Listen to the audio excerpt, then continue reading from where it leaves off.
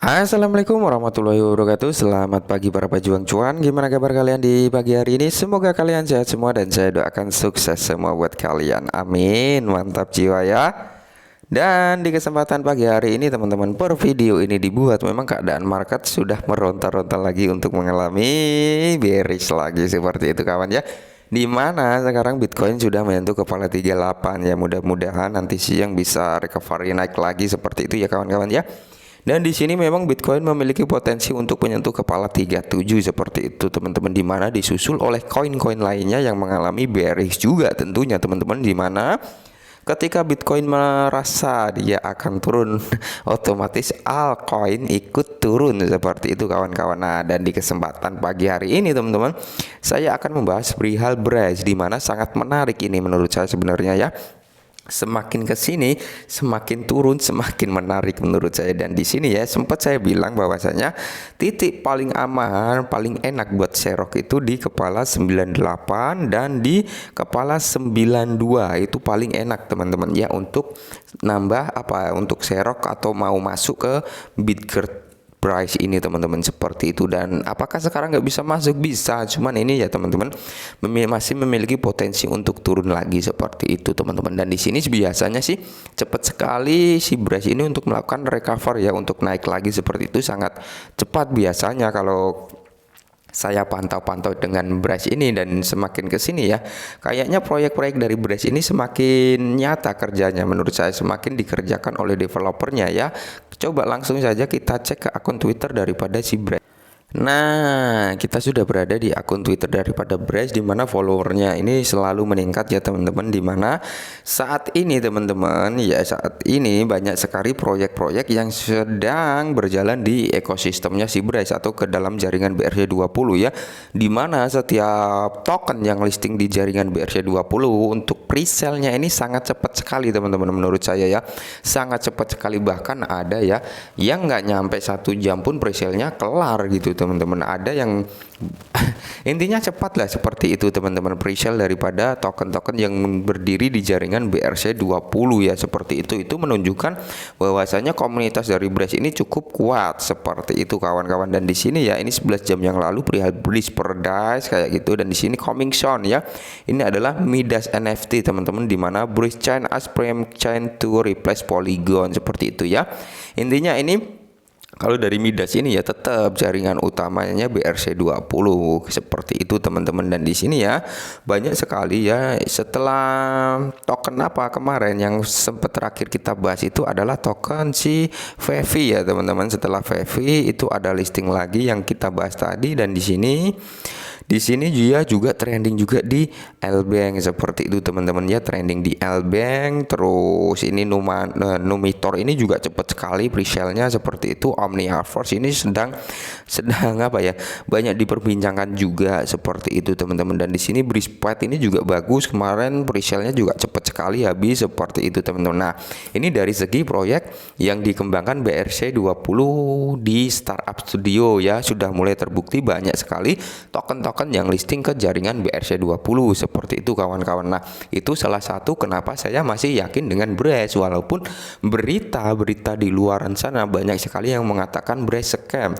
bearish skema bonci dan sebagainya. Kalau saya pribadi saya lihat dulu ya, saya nggak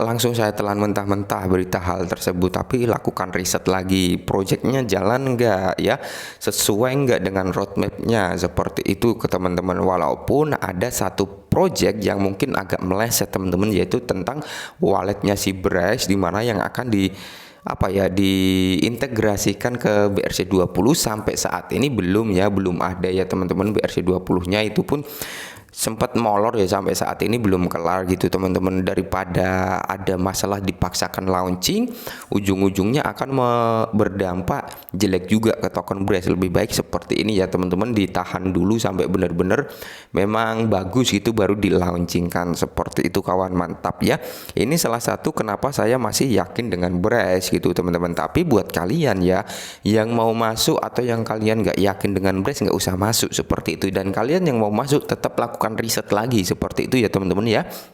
Karena gimana ya, Brace ini kalau menurut saya perlu dipertimbangkan juga, di mana dulu Solana juga mengalami hal yang sama, kurang lebih hampir sama dengan Brace gini ya. Banyak dibilang seginilah, banyak dibilang beginilah begitu, dan akhirnya Solana sampai saat ini berdiri tegak kan seperti itu kawan-kawan ya. Kita belajar dari situ juga ya.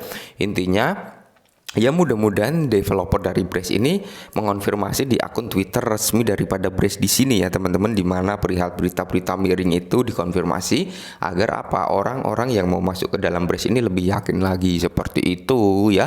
Itu yang akan membuat nilai positif untuk si Brace seperti itu teman-teman. Dan kenapa saya masih yakin juga, karena dari segi burning ya, sering kali kita bahas dari segi burning teman-teman. Kita masuk ke Botcurt ya teman-teman. Kalau untuk segi burning, kalau kita lihat dari segi burning ini masih berjalan loh sampai sekarang ini. 7 menit yang lalu memburning 1.800.000-an teman-teman ya.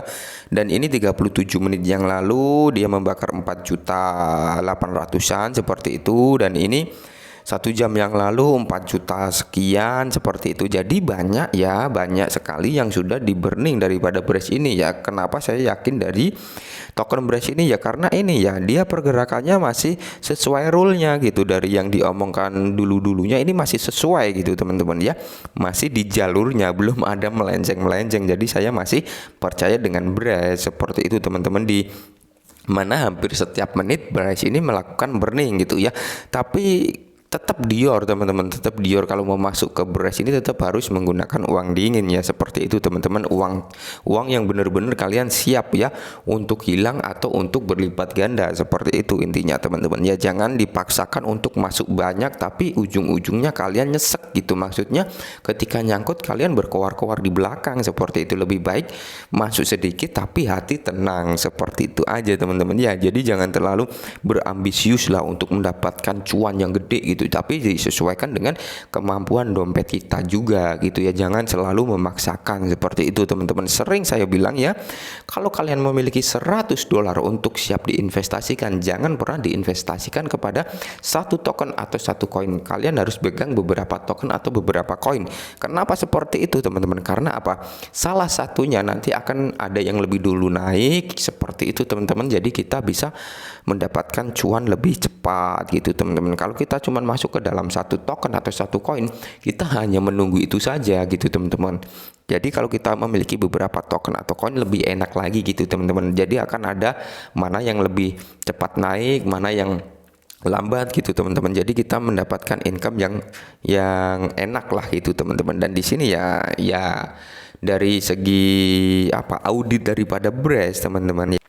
Nah ini kalau dari segi audit teman-teman, ini kita masuk ke dalam audit ekosistem dari Brace ya teman-teman, dimana dia juga bisa audit kayak seperti Certik. Ini adalah salah satu contoh-contoh token yang diaudit oleh Brace teman-teman, seperti itu. Kita cek lagi ya. Sebenarnya sudah banyak di sini token-token yang diaudit oleh Brace ini teman-teman ya. Ini audit skor-skornya di sini. Ini kalian bisa ngecek di sini ya. Ini audit seperti itu teman-teman. Kita cek lagi ya. Banyak kok yang sudah diaudit oleh Brace. Nah ini juga ya, banyak sekali yang sudah diaudit oleh si Brace ini. Dan saya harap teman-teman ketika token-token yang luncur di jaringan BRC20 selalu diadakan seleksi dulu atau audit dulu tentang kelayakan token-token tersebut gitu teman-teman. Karena si Brace ini juga ngeklaim ya bahwasanya apa ya, akan ada auditnya, audit sendiri ketika token itu akan listing ke dalam jaringan BRC20, seperti itu. Mantap jiwa ya. Dan mungkin ini dulu perihal Brace, semoga bermanfaat. Salam cuan.